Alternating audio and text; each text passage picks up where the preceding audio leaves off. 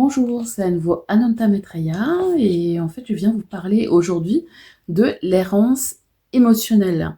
Donc je sais que toute petite j'ai été hypersensible, j'ai montré des signes d'hypersensibilité comme des crises émotionnelles, comme voilà des débordements émotionnels et par rapport à cette religion catholique, jansénisme dont j'ai parlé dans une précédente vidéo, on m'a dit ben tu es en colère, c'est que tu as un démon en toi, voilà, tu as le démon de la colère, donc tu dois arrêter parce que Dieu il te voit d'en haut, il va te juger, il va te mettre en enfer si tu continues à être en colère, etc., etc. Donc j'ai un petit peu parlé dans la précédente vidéo pourquoi et comment je m'en suis sortie de cette errance religieuse, on va dire, parce que quand on est en errance, c'est qu'on a une recherche d'amour véritable aussi. D'une certaine manière, moi je vais pas rester dans un truc toxique parce que je me sens super mal, et autant je pouvais pas m'en sortir parce que c'était ma famille. Donc c'était toutes les deux familles, paternelle, maternelle, étaient plus ou moins dans le jansénisme, dans le courant catholique aussi, mais assez dur et clivant, je trouvais, parce que limite il fallait pas respirer de travers. Donc donc c'était après avec aussi un des parents qui était émotionnellement très très instable, et avec un autre parent qui m'a équilibrée, mais d'une certaine manière, c'était cet autre parent rentrait dans l'humiliation. Oh, regarde, tu pleures, qu'est-ce que t'es moche.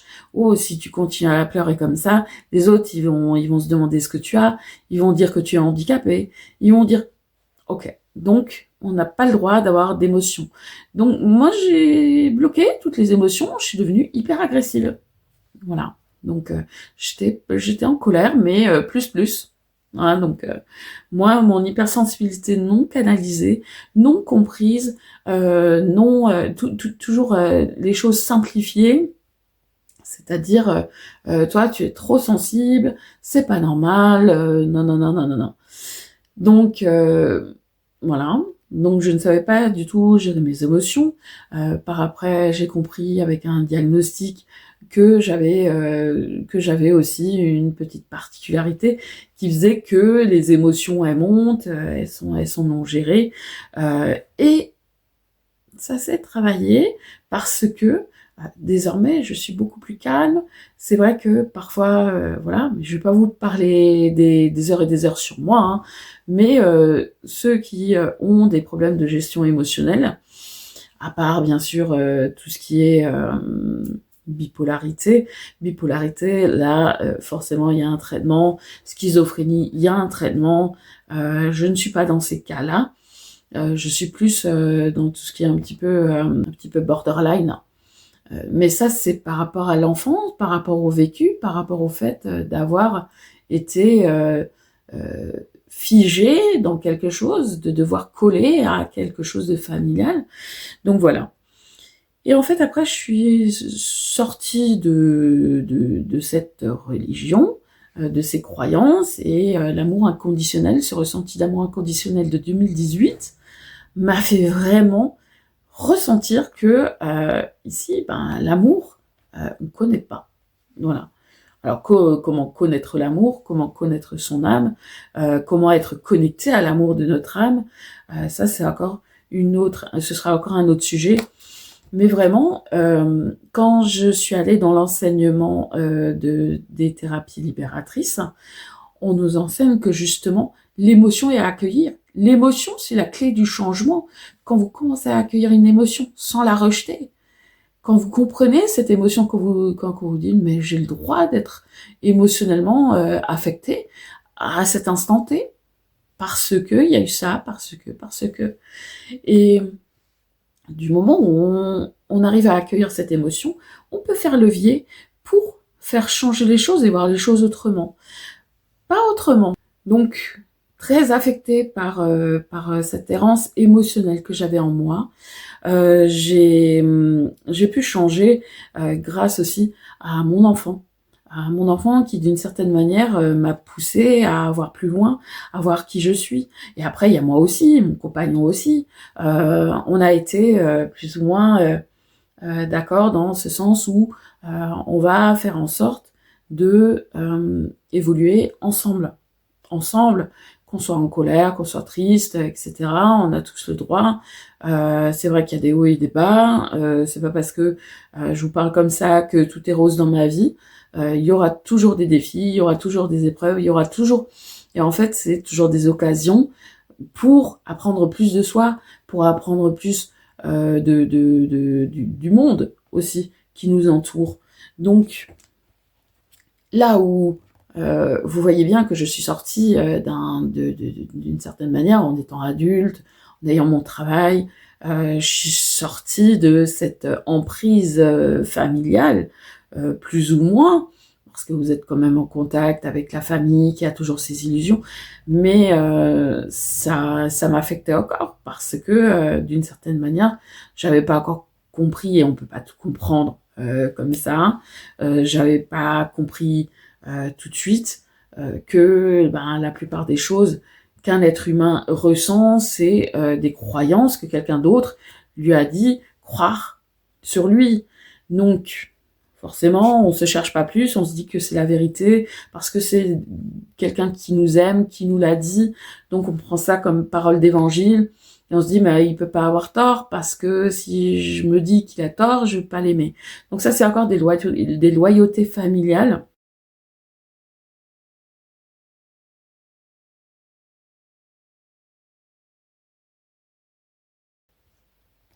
Et bien sûr, je rentre dans le spirituel, j'ai cet amour inconditionnel, ce ressenti en 2018, et je m'intéresse à l'énergétique, et en fait, je vois qu'il y a quelqu'un dans les environs qui enseigne le Reiki. Je me dis, ah oui, sympa, quoi. Donc, premier niveau de Reiki, je l'ai. J'ai pas continué, parce que il y a ce principe... donc, j'ai pris un cahier, j'ai commencé à écrire ce qu'elle m'enseignait, cette personne. Et vous avez tout de suite la première phrase. Hein. Juste pour aujourd'hui, je ne me mets pas en colère. Ok. Deuxième phrase. Juste pour aujourd'hui, je ne me fais pas de soucis.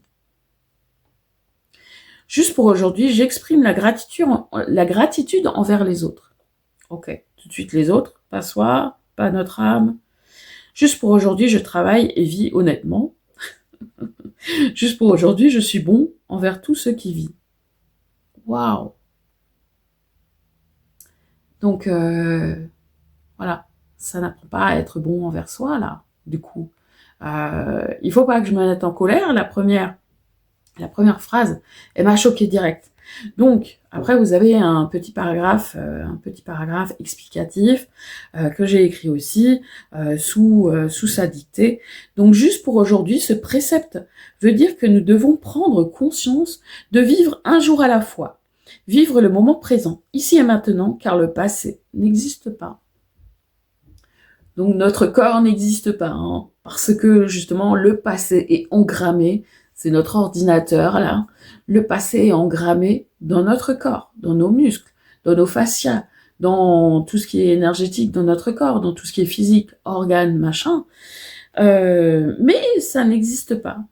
Et le futur n'existe pas encore. Donc, voilà, ça veut dire de manière concrète, il n'existe pas encore. Quand nous sommes dispersés dans le temps, cela nous empêche de mettre toute notre énergie à ce que nous faisons maintenant. Il faut savoir que quand on est dans un débordement émotionnel, notre énergie est déjà prise par ce débordement émotionnel. Et quand elle m'a dit, pour le deuxième niveau, elle m'a dit, dis-moi les phrases là, les principes du Reiki. J'ai pas pu. J'ai dit, est-ce que vous allez m'apprendre bientôt à savoir quoi faire de ma colère qui gronde en moi, des injustices que je ressens encore en moi, de tout ce qui est, comment dire, les ruminations, j'en fais quoi, de cette colère qui vient tout le temps à moi, comme si à l'intérieur il y avait quelque chose qui bouillonnait, qui enrageait, et cette frustration, et vraiment c'est le sentiment d'injustice qui était le plus fort. Et je dis, mais je peux pas te dire, juste pour aujourd'hui, je ne me mets pas en colère, je suis déjà en colère. Je fais quoi de cette colère? Dis-le-moi. Mais il faut pas que tu la ressentes. Ben alors, il faut pas que je me ressente moi. Il faut pas que je me mette une place dans ma propre vie et que je rejette mes émotions. Il faut que je sois toute lisse. Donc, voilà. L'errance émotionnelle, elle s'est plus ou moins calmée. Quand je suis allée justement dans tout ce qui était thérapie libératrice, qui parle justement des émotions, qui fait comprendre le mécanisme des blocages déjà dans notre propre vie, qui provient de l'enfance, qu'est-ce que cachent ces blocages, parce que d'une certaine manière, là, ces principes comme ils sont écrits, dans le principe de thérapie libératrice, c'est un manager qui a écrit ça.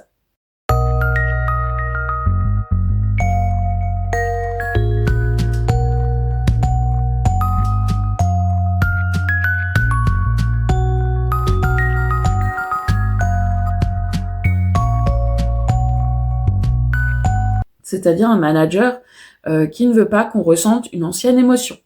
Donc, qui rejette toutes les émotions qui peuvent exister dans le présent et dans notre vie. Voilà.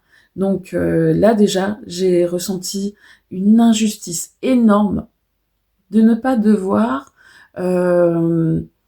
exprimer ma colère, et aussi quoi faire de ma colère. Je savais toujours pas quoi faire avec.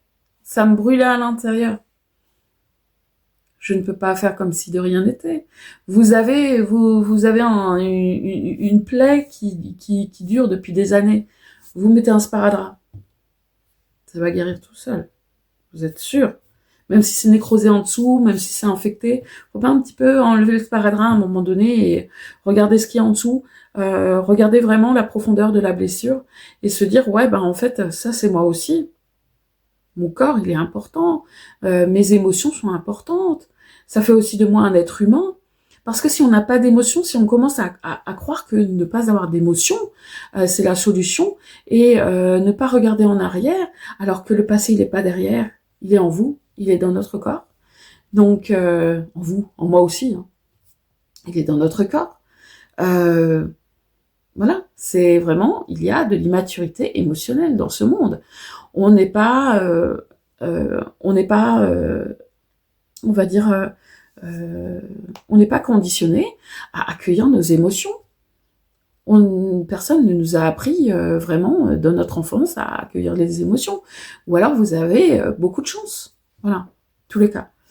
Si quelqu'un a pu vous dire, bah oui, tu as le droit d'être en colère, vas-y, crie dans un coussin, gribouille un cahier avec des crayons, avec des feutres, pète un truc, j'en sais rien. Mais la solution n'est pas de rejeter l'émotion. Parce que vous savez, qui n'a pas d'émotion? C'est pas des gens matures qui n'ont pas d'émotion. C'est des psychopathes, des sociopathes. Donc c'est comme une de mes clientes à un moment donné, elle me dit, mais j'aimerais ne plus ressentir d'émotion. Je dis, est-ce que vous voulez devenir psychopathe? Ah non, non, surtout pas. Je dis, bah c'est ça, ne pas avoir d'émotion. Donc voilà. Donc faire comme si tout allait bien, ça va un temps, jusqu'à ce que, à un moment donné, j'ai vu certaines personnes qui, justement, sont dans j'avance, tout va bien, je vais bien, tout va bien, je vais bien. Ils commencent à avoir des démences quand ils commencent à prendre de l'âge. Et je me demande s'il n'y a pas une corrélation avec Alzheimer. Parce que ces personnes sont tellement dans l'oubli d'eux-mêmes et dans l'oubli émotionnel que justement le cerveau est habitué à oublier. Donc d'une certaine manière, il y a des choses qui sont reset, voilà, qui sont effacées. Bon, après c'est aussi une dégénérescence au niveau cérébral, mais je veux dire d'une certaine manière, c'est le même processus. C'est vous vous effacez. Voilà. Et je vous dis tout de suite, je suis pas là pour m'effacer. Je suis pas là pour dire ah non, mes émotions n'existent pas ou elles ne sont pas à prendre en compte. Justement, chaque émotion veut dire quelque chose. C'est comme une machine. Vous avez différents capteurs qui vous disent attention là, vous allez trop loin. Sinon, si vous allez encore plus loin, toute la machinerie va s'enrayer et elle va casser. Ces capteurs sont importants et les émotions, c'est des capteurs. Ça ne nous définit pas. Personnellement, j'ai cru que ma colère, c'était moi, qu'elle me définissait, jusqu'à ce que j'ai appris en thérapie libératrice que les émotions, ce n'est que les émotions, ce n'est que des signaux, ce n'est que des messages pour nous, et ça ne nous définit pas. Voilà, c'est juste des émotions qui passent en nous et qui nous disent quelque chose, qu'il y a un besoin qui n'est pas rempli, un besoin qui a besoin d'être vu et d'être nourri. Comme je crois que dans une des vidéos, je vous avais mis les 5 besoins. Donc, si vous êtes en colère, si vous êtes triste, si vous avez peur, si vous avez honte, si vous avez de la culpabilité, si vous avez de la tristesse, voilà, vous avez des besoins derrière. Et quel est ce besoin? Je suis triste, pourquoi? Pourquoi je suis en colère? Parce que lui, il m'a parlé comme ça. Mais tu as le droit d'être en colère parce que lui, il t'a parlé comme ça. Voilà. Alors tu as besoin de quoi? J'ai besoin d'être aimé et de me sentir aimé. J'ai besoin de me sentir en sécurité pour enfin reprendre le dessus sur cette émotion. J'ai besoin d'être reconnue et reconnue dans mes valeurs. J'ai besoin d'être en lien et en relation avec quelqu'un, d'écoute. J'ai besoin d'avoir ma place dans ce monde et dans mon corps et dans ma famille et dans la société et dans l'entreprise, tout en ayant le droit d'être moi. Donc ça, c'est hyper important dans le sens où beaucoup de gens pensent que tenir la corde jusqu'au bout, à en avoir les mains en sang, c'est symbolique, hein, ce que je vous dis comme chose. Mais tenir la corde jusqu'au bout, ne pas craquer, ne pas pleurer, toujours être fort, c'est pas possible. C'est pas possible. Même une voiture n'est pas forte pendant des millénaires, hein. À la rigueur, elle tient peut-être 20 ans, 30 ans, voilà. Et encore les voitures modernes, j'en sais rien. Mais si vous tirez trop, si vous roulez avec une voiture non-stop, sans faire attention aux signaux, sans faire attention aux capteurs de pression pneu, aux capteurs de bougie moteur, aux capteurs d'essence, aux capteurs de ci, aux capteurs de ça. Ça, c'est des besoins de la voiture. Mais votre besoin, il a besoin d'être rempli. Comme une voiture a besoin d'être remplie d'essence, ou d'avoir une bougie changée, ou d'avoir un capteur pression pneu ou autre chose de changer. Comme ça, les choses, elles sont de nouveau claires. Donc voilà. C'est en accueillant nos émotions qu'on va pouvoir se reconnecter à soi aussi, parce que peu importe ce qui nous est arrivé dans la vie, et c'est ce que j'ai appris aussi aux thérapies libératrices, peu importe ce qui nous est arrivé dans la vie, des épreuves qu'on a dû traverser, on a toujours ce self en nous, ce self qui a, oui, qualité. Et ces qualités sont le calme, la curiosité, la compassion, la clarté, la confiance en soi, la créativité, la connectivité et le courage. Et tout ça, on a en nous, mais c'est pas en se rejetant qu'on va pouvoir y accéder. C'est justement en prenant compte les signaux de notre corps et les signaux que nous envoient nos émotions, qu'on peut maturer et qu'on peut enfin aussi être plus responsable de soi et pas dire ah bah lui il m'a énervé. Oui, mais pourquoi tu es énervé? Parce que lui il t'a énervé. Tu peux aussi à un moment donné te demander si c'est pas un truc qui remonte à l'enfance. Et d'une certaine manière, quand t'as réglé ça, et c'est ce qui est arrivé bon nombre de fois par rapport à moi, il y a quelqu'un qui m'a énervé et j'ai pris ça comme piste de travail. en thérapie libératrice. Et après, dès que cette personne me parlait, c'était comme si j'étais indifférente. Je dis oui, t'as ta colère, j'ai pas à la porter, moi.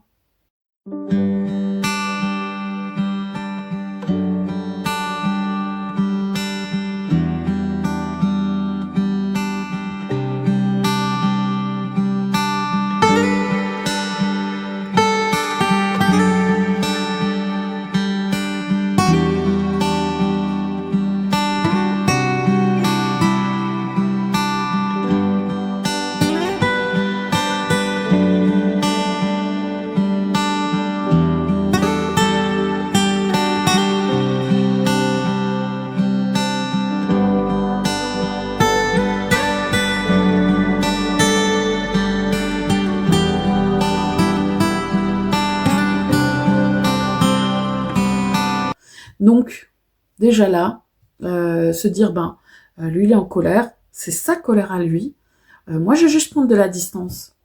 Parce que, d'une certaine manière, si lui il se met en colère contre moi, qu'il m'affecte, il va s'affecter aussi, inconsciemment. Donc, pour qu'il ne s'affecte pas, parce que ça m'affecte, je prends de la distance. Et c'est aussi, d'une certaine manière, respecter cette personne. C'est prendre de la distance, tout simplement, et faire en sorte que je devienne adulte, je devienne responsable de mes émotions. Voilà, c'est pas encore maîtrisé à 100%, mais d'une certaine manière, et ce sera jamais maîtrisé à 100% parce on reste humain.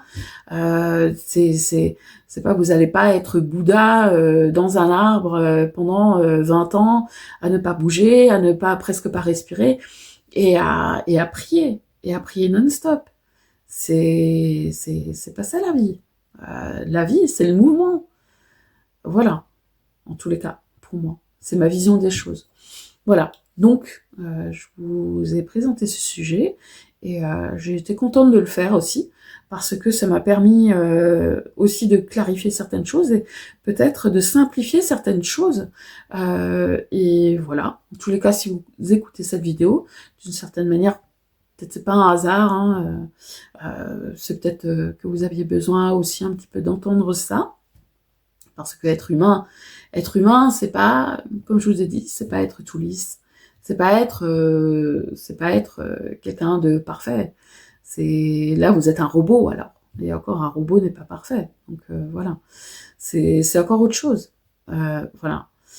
Donc on est déjà parfait par notre âme et c'est déjà pas mal, je trouve. Donc ici, on a le droit d'être imparfait. Ah, vu qu'on est déjà parfait, on a cette part en nous. De toute manière, l'âme, elle nous fait vivre, elle nous fait dire les choses, elle nous donne l'intuition, elle nous donne aussi cette intelligence émotionnelle, cet élan vers la créativité, vers la connaissance de soi, vers etc. Donc, d'une certaine manière, on est déjà parfait par notre âme. Alors, oui, laissons-nous être imparfaits ici et acceptons-nous imparfaits ici, parce que d'une certaine manière, on est à la fois imparfait et parfait. Voilà. Et c'était Ananta Maitreya en tous les cas. Merci d'avoir visionné cette vidéo et je vous dis avec plaisir à une prochaine fois. Voilà, avec un autre sujet. Merci beaucoup à vous.